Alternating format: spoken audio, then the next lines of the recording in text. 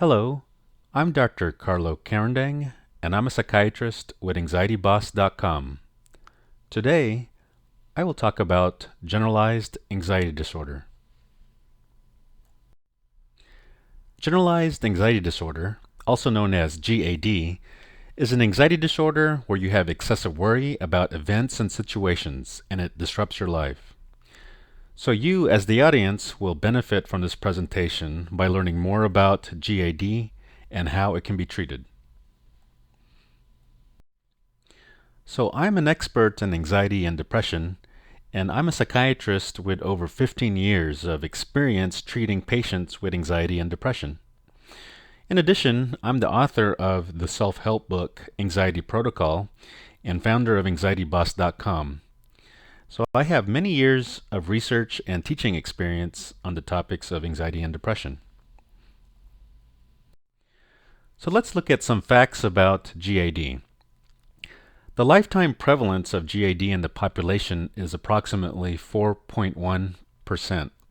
So in other words, if you looked at the lifespan of people in the population, you will see that at some point in people's life, in the population, 4.1% of them will have developed GAD. So this is not a rare condition. This is actually fairly common. So also, when you look at GAD, it is the most common anxiety disorder that presents to family doctors in primary care settings. Also, those at increased risk for developing GAD include women, low-income earners, and those who are separated, divorced, or widowed. So these are some of the groups that are at increased risk for developing GAD. And GAD also tends to co-occur with other disorders such as substance abuse, other anxiety disorders, mood disorders, and personality disorders. So, generalized anxiety disorder is characterized by symptoms of excessive worry and rumination about everyday events and situations. So, for instance, you might have extreme worries about your finances. You might have extreme worries about your children.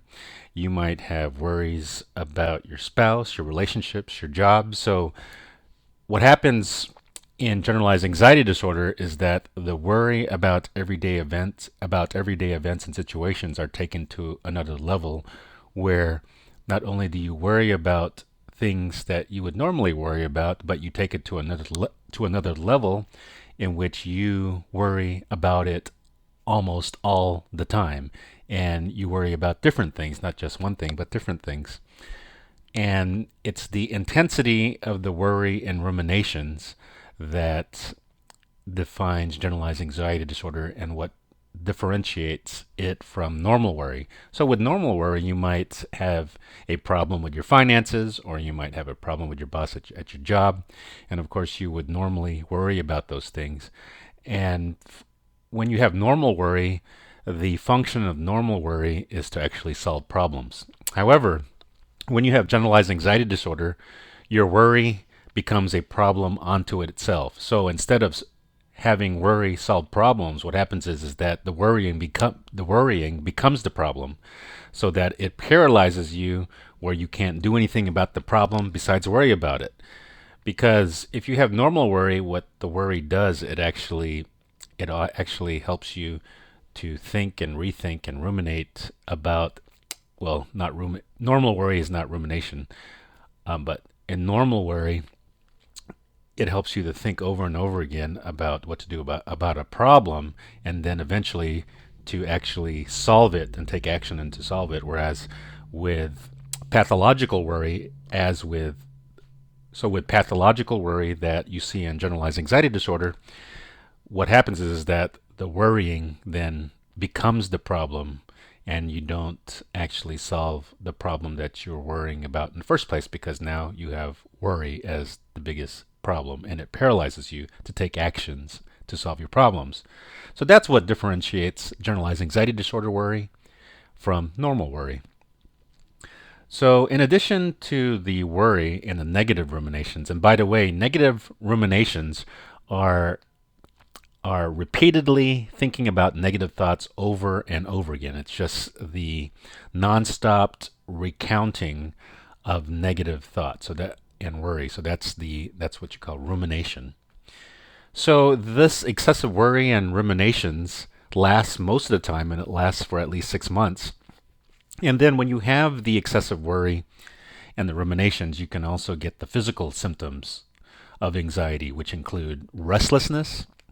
You can have fatigue because all of this worrying actually expends a lot of energy and you become tired easily. You also become quite irritable. So when you have generalized anxiety disorder, you're at the end of your rope because you spend all of your time and energy worrying, constantly worrying and ruminating, that you become irritable. So any little thing will just set you off. Boom.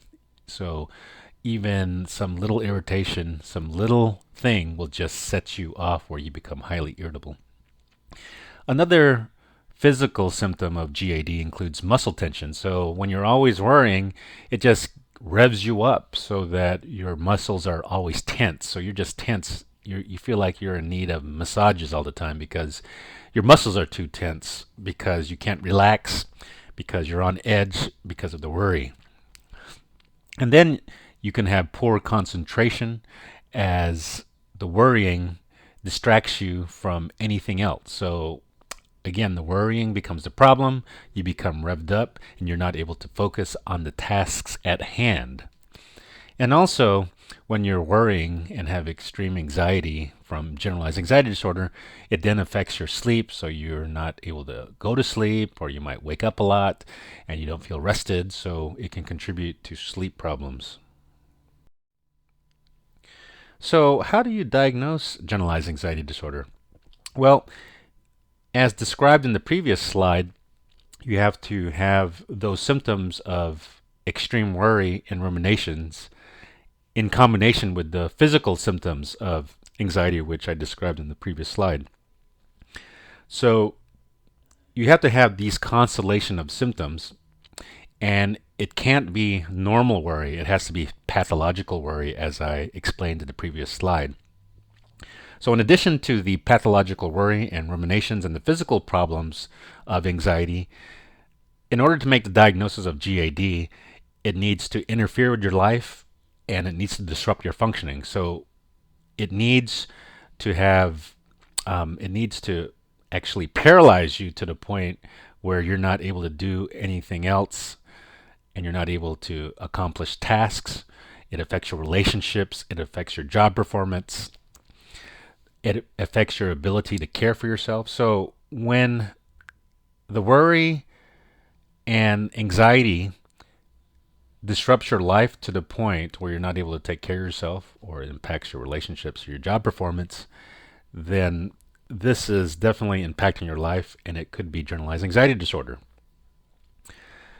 Also, before making a diagnosis of generalized anxiety disorder, these symptoms are not the result of a substance such as caffeine or amphetamine. So caffeine and amphetamines, if you take too much of it, can actually rev you up to the point where you become highly anxious and irritable, and it can look like you might have generalized anxiety disorder. And also, you got to make sure, your doctor has to make sure that the anxiety symptoms are not the result of a medical illness, such as hyperthyroidism. So when you have hyperthyroidism as an example, the thyroid gland that sits that sits on top of your vocal cords on your throat, that's where your thyroid gland sits. So when you have hyperthyroidism, your thyroid gland produces too much thyroid hormone from various causes. It can happen from various causes. So when you have hyperthyroidism, you produce too much thyroid hormone and it circulates in your bloodstream, and this can rev you up and it can make you highly anxious. And so these excessive thyroid hormone can actually look like anxiety. So your doctor needs to rule out medical illness before generalized anxiety disorder is diagnosed. So what's the clinical course of generalized anxiety disorder? Well, GAD can start when you are a child, it can start in your teenage years, or it can start when you're an adult. Generalized anxiety disorder also has a chronic and fluctuating course. In other words, it can last for a long time and it can come and go. So you might have times where you have an exacerbation of generalized anxiety disorder, and then you'll have periods where it goes away and you can function normally again and have normal worry. However, periods of stress, so stressors such as pressures on the job, relationship problems, so those kind of stressors will usually trigger an episode of generalized anxiety disorder.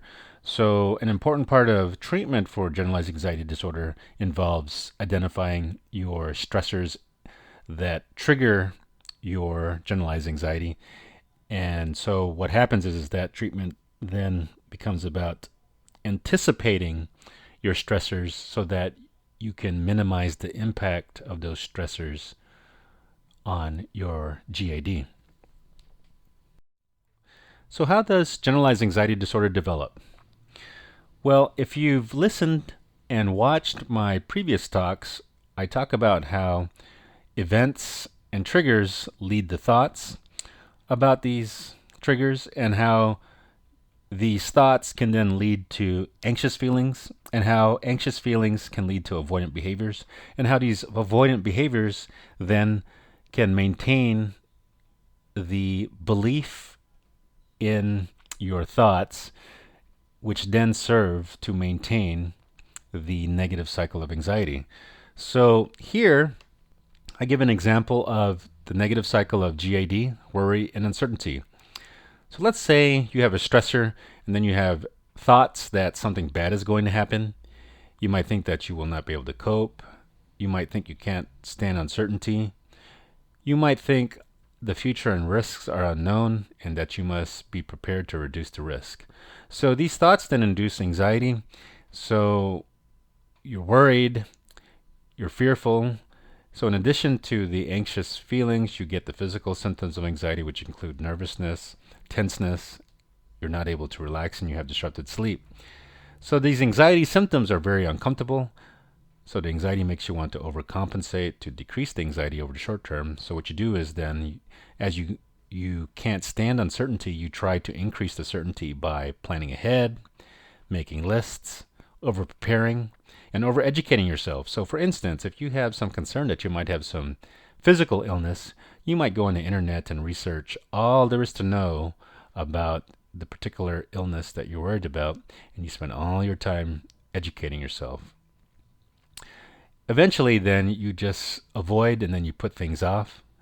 However, these behaviors maintain the intolerance of uncertainty, because if you're not able to stand uncertainty and you try to increase the certainty, what happens is that the behaviors just maintain this intolerance of uncertainty, and then it just perpetuates this negative cycle of GAD, worry, and uncertainty. So that's how generalized anxiety disorder develops, in which your thoughts leads to feelings, leads to overcompensating behaviors, which then serve to maintain the intolerance of uncertainty, and then eventually it maintains this negative vicious cycle of GAD. So let's talk now about the neurobiology and family history of generalized anxiety disorder. So in generalized anxiety disorder, there's increased activity in the amygdala. So the amygdala is a part of the brain which controls your anxiety feelings and symptoms. So in GAD, there might be a disruption of brain circuits which connect the anterior cingulate cortex, also known as the ACC, and the amygdala. And it also may disrupt the dorsomedial prefrontal cortex and the amygdala. And these have been postulated to be involved in negative emotion regulation. So what happens is that in GAD, the thinking part of your brain, the frontal cortex, which is right here, that's the thinking part of your brain, connects directly to the amygdala, which is here. So the amygdala is actually located on both sides of the hemispheres of your brain, and it's located in this area in a region called the temporal lobe. So what happens is the frontal lobes then connects via neurons and circuits to the amygdala, and so this thinking part of the brain, the cortex here, the frontal cortex, the thinking part of the brain, connects with the amygdala, which is the feeling, the emotion part of the brain. And this connection, then, there's a disruption in this connection, which is thought to be involved with the pathogenesis and neurobiology of generalized anxiety disorder. So this is just initial research, but this is the hypothesis at this point, given our current findings, is that there's a disruption between the cortex and the amygdala, which leads to generalized anxiety disorder. So generalized anxiety disorder runs in families, and it does have a significant genetic component. So how do you treat generalized anxiety disorder? Well, the first line treatment for generalized anxiety disorder is psychotherapy. So if you have generalized anxiety disorder, the first thing you should do is to receive psychotherapy. So which psychotherapies are effective for GAD?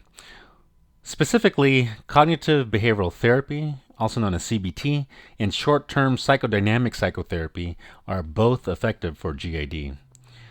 So if you have GAD, you want to go to a therapist that has specialized skills and experience with anxiety disorders and also with CBT or short-term psychodynamic psychotherapy. So these are the things to look for in a therapist when you're wanting help with GAD. So what about prescription medication treatment for generalized anxiety disorder? Well, prescription drug treatment for generalized anxiety disorder is a last resort treatment. So drugs are not first line for generalized anxiety disorder. Prescription drug treatment is only for cases where psychotherapy is not effective or for severe cases. So when you have generalized anxiety disorder, the first thing you want to do is to actually seek psychotherapy. So participate in CBT. So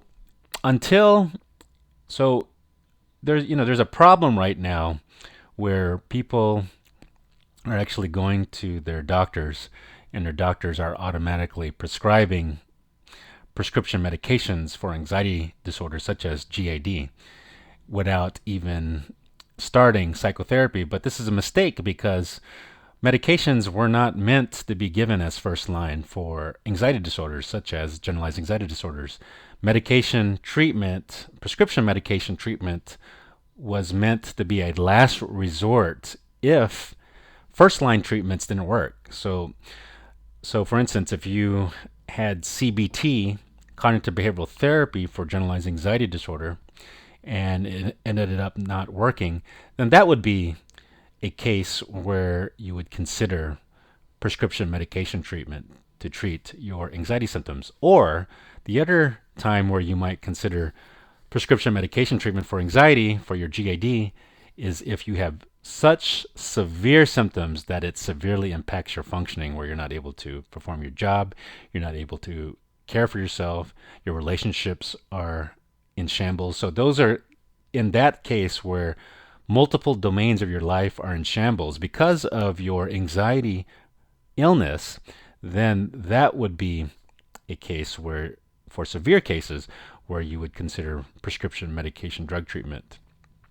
So to repeat, prescription medication treatment for generalized anxiety disorder is a last resort treatment. You need to try other primary modalities such as cognitive behavioral therapy before even considering prescription medication treatment. I think in this society that we have currently, we are quick to request a prescription to take care of all our problems. We want the silver magic bullet to take care of our problems, including our anxiety problems.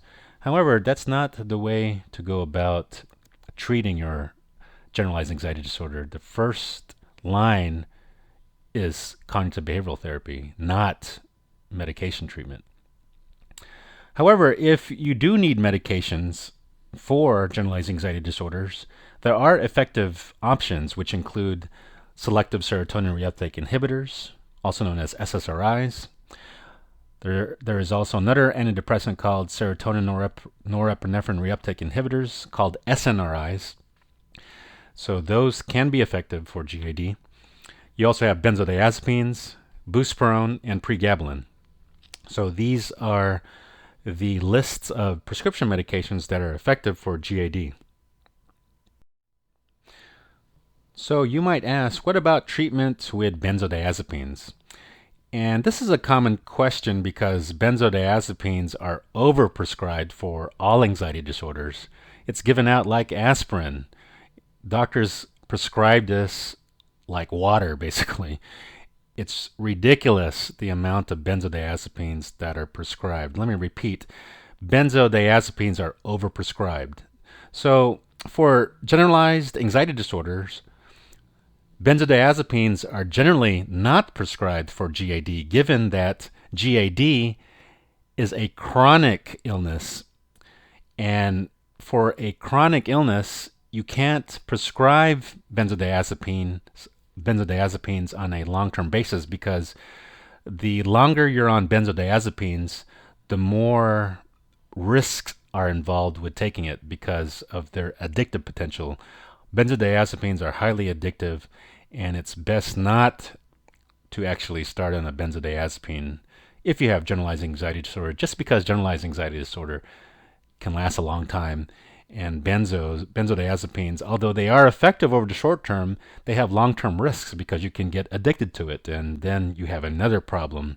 If you start to become addicted to benzodiazepines, then you would need to be referred to a rehab program to address your drug addictions to benzodiazepines. So let me repeat, benzodiazepines are overprescribed for anxiety disorders and should really not be prescribed for anxiety. There's better treatment options with regards to anxiety treatment besides benzodiazepines.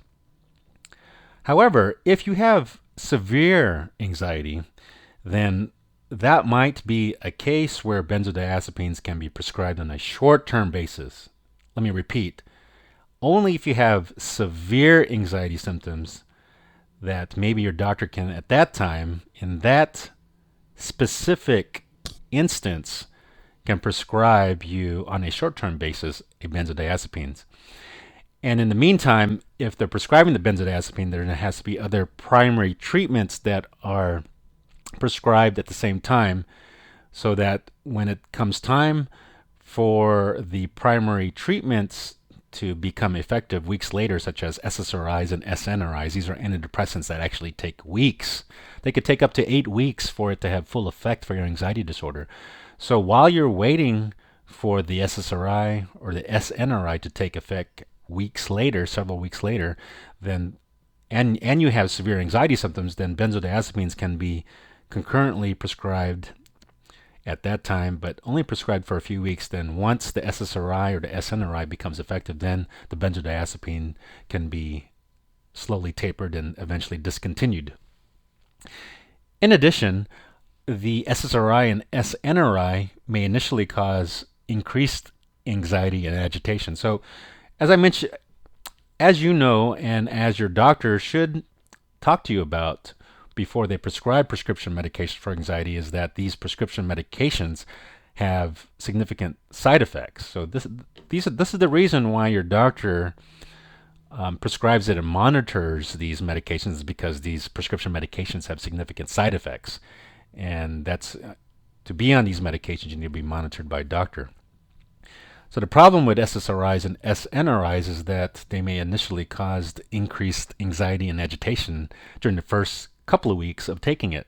So if this happens, then your doctor might consider a benzodiazepine to address this side effect on a short-term basis until the SSRI or SNRI becomes effective for your anxiety symptoms weeks later.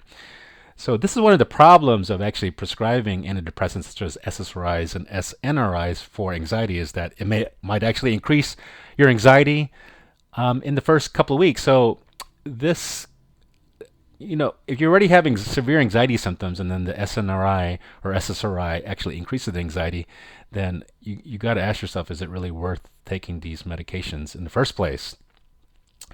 So, if you're having problems with your prescription medications, you should always go to your doctor to discuss these side effects. But the purpose of talks like this is to give you education regarding when is the appropriate time to take these medications. And it is my opinion that these prescription medications are overprescribed and that other treatment modalities should be considered first before taking these prescription medications will have significant side effects, such as these benzodiazepines, which are highly addictive, and also the SSRIs and SNRIs, which have significant side effects, which include increased anxiety and increased agitation when you first take it. So go figure, why would somebody with anxiety want to subject themselves to these side effects? I don't know. For me, if I have anxiety and I go to my doctor, I want to be treated with something that's actually going to be helpful over the short term and the long term. So I do not necessarily want to get the quick fix, although I want my anxiety to be treated effectively. The problem is that if you go for the quick fix, then there are other problems that may arise. So if you decide to go for prescription drug treatment for your anxiety, then you subject yourself to the significant side effects that can occur with these prescription medications. So let's talk now about other treatments for GAD. So let's talk now about natural supplements. There are multiple studies that show several different natural supplements are effective and safe for generalized anxiety disorder, which include lavender, passion flower, Galphimia glauca, Ginkgo biloba, and chamomile. So natural supplements, which include herbal and nutritional supplements, they generally have fewer side effects and are generally less expensive than prescription medications for anxiety. Fortunately, there are natural supplements that are out there that can help for anxiety. So there is this supplement that I created. It's called Compro. So Compro is a natural supplement that has the research studies showing its ingredients are both effective and safe for generalized anxiety disorder. So the good news is about generalized anxiety disorder, you don't necessarily have to resort to prescription medication, drug treatment, despite what the drug companies advertise and market to you directly. It's not it's not the primary solution for GAD. There are other treatments out there, first of which is CBT, cognitive behavioral therapy, and then there's alternative treatments like natural supplements, such as Compro for GAD. So other alternative treatments for generalized anxiety disorder include self-help.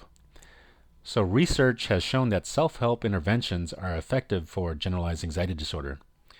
So self-help interventions are convenient, can be done on your own time, do not require a doctor visit, do not require a therapist visit, and are relatively inexpensive.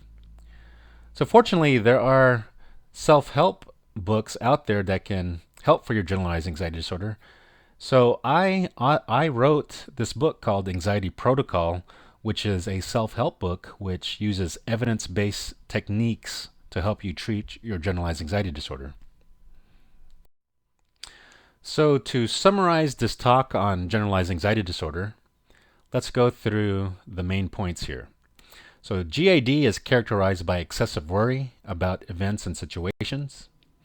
GAD has effective treatments, which include psychotherapy as first-line treatment, and pharmacotherapy, also known as prescription medication treatment, which is last resort treatment.